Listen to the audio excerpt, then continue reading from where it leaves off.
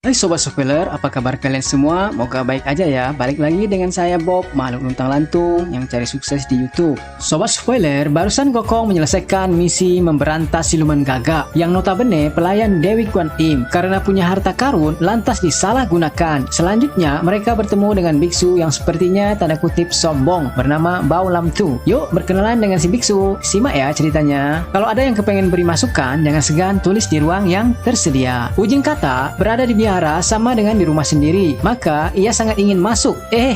Kau mau masuk dengan tampang lucumu? Loh, ada masalah? Siap-siap aja ditolak.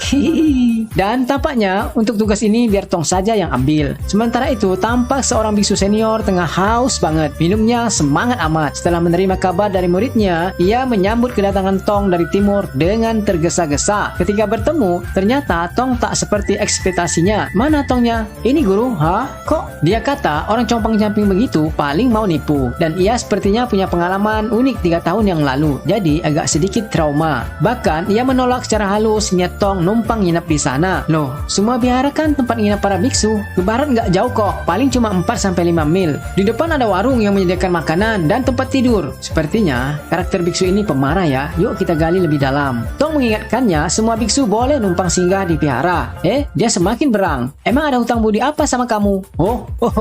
Mulai terlihat karakternya. Atas dasar apa Anda menginstruksikan saya? Dia juga nggak mau repot menyiapkan makanan. Tong sadar posisinya. Ia nggak minta makanan kok, cuma numpang nginep aja semalam. Besok pagi-pagi berangkat, dipastikan berangkat. Dia tetap nggak memberi izin. Tak ada makanan, tak ada tempat tidur. Kedengarannya kejam banget ya. Tentu ia memiliki alasan dengan perilakunya ini. Loh, kenapa nggak boleh? Kamu yang jelaskan. Sang murid dengan tak nyaman hati menjelaskan kenapa biksu kepala bersikap demikian. Oleh sebab 3 tahun yang lalu mereka pernah kedatangan biksu pengembara juga, pakaian lusuh tanpa alas kaki. Pas saat itu raja sedang berada di kuil ini. Melihat biksu itu, raja jadi iba, lantas memberinya bantuan. Ternyata ia suka sesama jenis. Akhirnya orang tadi direndam raja 3 hari 3 malam. Trauma kejadian itu, biksu kepala meminta Tong pergi. Kokong nggak habis pikir apa hubungannya dengan mereka. Kokong tak terima. Ia hendak mendobrak pintu, tapi dilarang Tong. Biarlah mereka cari tempat lain saja. Jangan banyak cakap lagi. Segera jalan. Biksu marahin murid-muridnya. Jangan terima biksu pengembara lagi. Tiba-tiba, pintu terbuka disertai masuknya Sun Gokong. Waduh, berani sekali dia. Terang aja biksu Lam kaget dan marah besar. Gokong nggak peduli. Yang ia mau, biksu itu siapkan 1000 penginapan malam ini. Atau mau lihat ini? Tongkatnya menembus langit. Aduh, jangan. Atau mau diratakan? Jangan.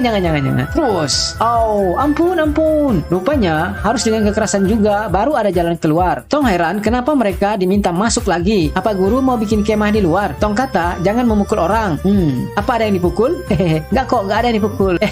Akhirnya mereka dipersilakan menginap plus dengan makanan vegetarian. Hanya saja Tong masih curiga kenapa banyak bekas genteng berjatuhan di lantai. Ya udahlah, nggak usah dipermasalahkan. Yang penting malam ini bisa tidur nyenyak. Malam itu tanpa diduga Tong kedatangan tamu dalam mimpinya. Sepertinya seorang raja. Ia mengaku dari negeri Okekwok, memohon bantuan pada Tong. Oleh sebab ia mendengar Tong memiliki murid-murid yang sanggup menangkap hantu jahat. Tong siap mendengarkan ceritanya. 5 tahun yang lalu, negeri Okekwok dilanda musim kemarau yang panjang sampai tanah pada kering kerontang. Lalu datanglah seseorang yang berpakaian compang-camping mengaku Dao, ahli sihir. Ia sanggup mendatangkan hujan. Wah, sejak itu negeri Okekwok kembali menghijau. Akhirnya raja mengangkat Tuan Chan sebagai adik angkatnya. Pada suatu malam, Tuan Chan ingin memperlihatkan bulan pada raja. Akan lebih jelas bila dilihat dari dalam kolam. Sebagai kakak angkat, tentu raja tak menaruh curiga. Namun, di balik sikap baiknya, Tuan Chan punya maksud jahat. Lantas, raja dijatuhkan ke dalam sumur. Setelah itu, ia mengambil wajah raja menjadi rupanya. Jadi ingat film Face Off? Udah pada nonton kan? Oleh karena serupa, sampai anak dan permaisuri nggak tahu kalau raja yang sekarang ini palsu. Raja sedih banget. Ada ketidakadilan yang masih bersemayam di dasar sumur. Oke lah, Tong siap membantu. Tapi, apa ada tanda yang bisa dibawa agar putra mahkota percaya kalau Tuan Chan bukan raja yang asli? Memang sulit, apalagi dia sangat baik. Banyak orang terkecoh. Raja Naga Tuhai juga dekat dengannya. Banyak dewa teman baiknya, sehingga tak ada cara untuk menuntutnya. Untuk itulah ia datang pada Tong, supaya datang ke negerinya mengklarifikasi kebenaran. Pesannya lagi, putra mahkota kini tak diperbolehkan bertemu dengan ibunya.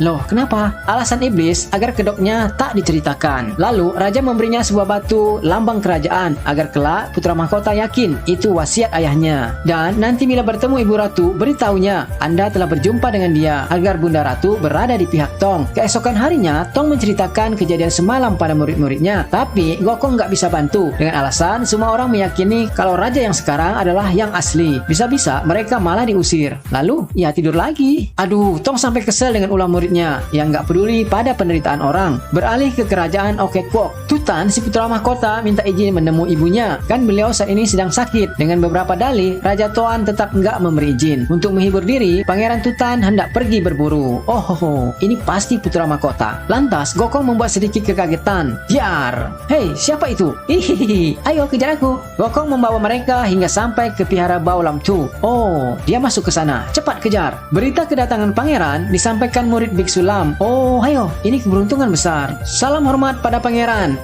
Loh, kenapa di belakang ada yang nggak memukul hormat? Dijelaskan oleh Biksu Lam, mereka hanyalah biksu kelana yang numpang makan, memecahkan batu lampion belakang. Lalu, Tong maju mengenalkan diri. Tumben hari ini Tong pakai jubah bagusnya. Mereka bukan dari negeri Okekwok, numpang lewat dengan tujuan ke barat untuk mengambil kitab sutra.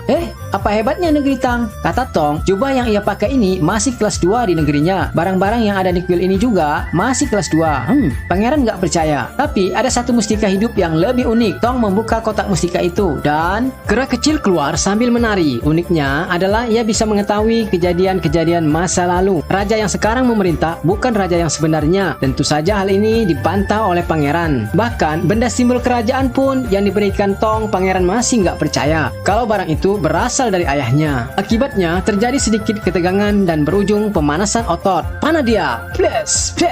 Goyang ke kiri, goyang ke kanan. Hei, plus. Au! Pangeran terpaksa turun tangan. Hea, tang, celup. Nah, ketika pedang pangeran cukup ditangkap 2 jari Gokong, ia bertanya, apakah selama 3 tahun ini telah melihat ibunya?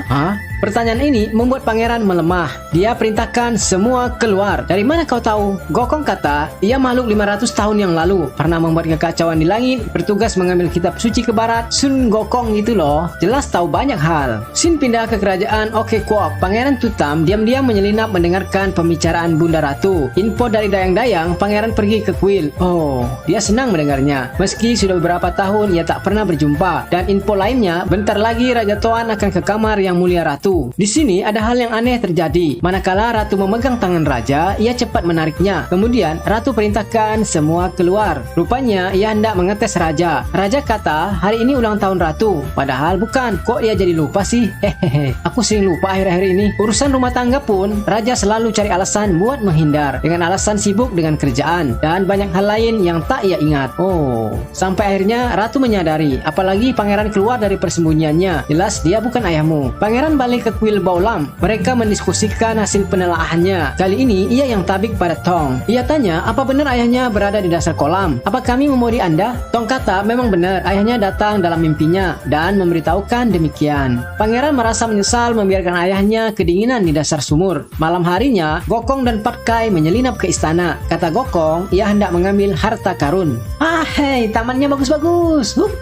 Terpaksa Patkai menyumbat mulut Gokong. Apa kau mau kita mati? Gokong baru sadar. Oh ya, mana ada orang mau nyuri ribut-ribut. Iya ya, Gokong menuju lubang sumur yang dimaksud. Ini dia. Cepat sini. Tuh, lihat. Bagus-bagus kan? Patkai ikutan melihat, tapi nggak ada apa-apa. Cuma air doang. Ada, coba lihat lebih dalam. Dan pure. Patkai terjun bebas ke dasar sumur. Jumpa belum? Nggak ada apa-apa.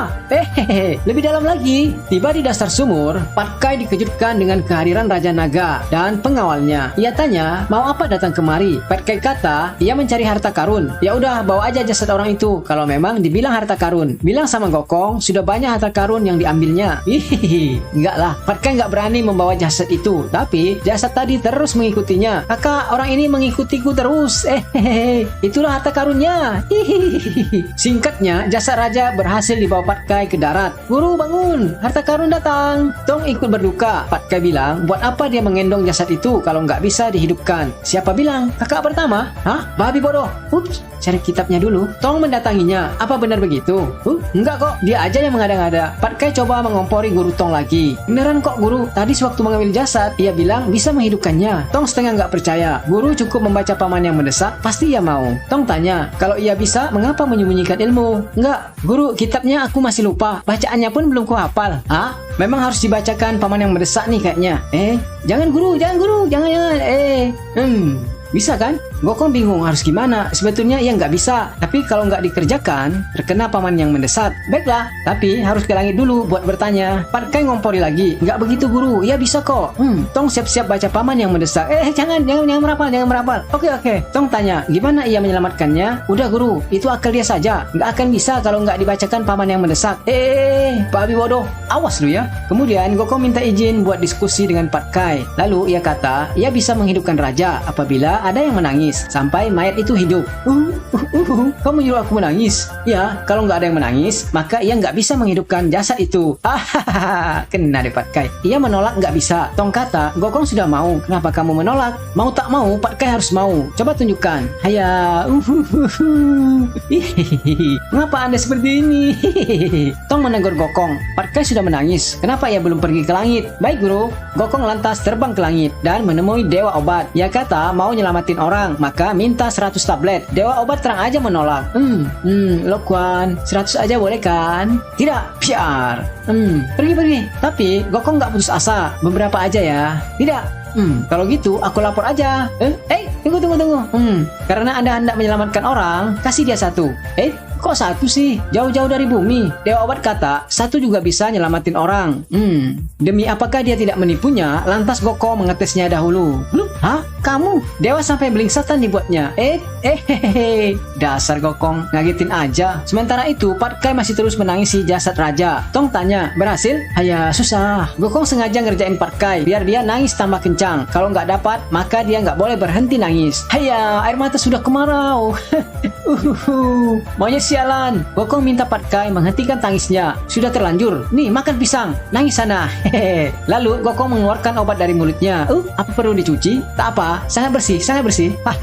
Obat pun dipaksa masuk ke mulut raja. 1, 2, 3. Perlahan wajah raja mulai memerah. Alangkah kagetnya Gokong dan yang lainnya. Raja yang telah siuman malah jadi lupa siapa dia. Baru beberapa saat kemudian, setelah Tong memanggil 8 sila, dia baru ingat dengan kata 8 unsur yang akan menyelamatkannya. Syukurlah, raja sudah kembali normal. Kini saatnya membuat opera. Aduh, berat juga ya. Raja menyamar jadi biksu baru. Setibanya di istana, pangeran secara tak sengaja mengetahui ayahnya yang asli sudah berada di sini. Raja Taon bertanya, siapa mereka? Dijelaskan Gokong, mereka sedang mengemban tugas suci ke barat dan sekarang minta izin melintas. Raja nggak memberi izin, oleh karena mereka dianggap kurang berlaku sopan. Malah, mereka akan ditangkap. Beruntung pangeran menahan. Tunggu, raja mau mendengarkan penjelasan pangeran. Kalau mereka berempat hendak ke Taikien. Lalu, siapa yang satunya? Jangan sampai dianggap pendatang gelap. Gokong pun menceritakan asal-muasal dia. Dia sebenarnya orang Okikuan sini. Ketika musim kemarau panjang, datanglah biksu Tao membuat hujan. Raja Taon serba salah. Sampai akhirnya dibukalah sorban raja dan pangeran langsung menyungkur tabik diikuti para prajurit. Ialah raja yang asli. Lantas Raja Taon pun kabur. Gokong mengejar tapi nggak ketemu. Ya, yang ada adalah selepas ledakan guru Tong hilang. Lalu tiba-tiba muncul 2 Tong. Mana yang asli? Semua pada heran. Gokong pun tak bisa menggunakan mata apinya. Saran Pat Kai minta guru baca paman yang mendesak. Babi bodoh, itu sakit tau. Ya, itulah jalan satu-satunya. Gokong setuju demi mengetahui mana guru yang asli. Kujing meminta Tong baca dan berhasil. Gokong menari-nari kesakitan. Lalu tibalah Pat Kai meminta Tong yang lain baca pula. Bersambung.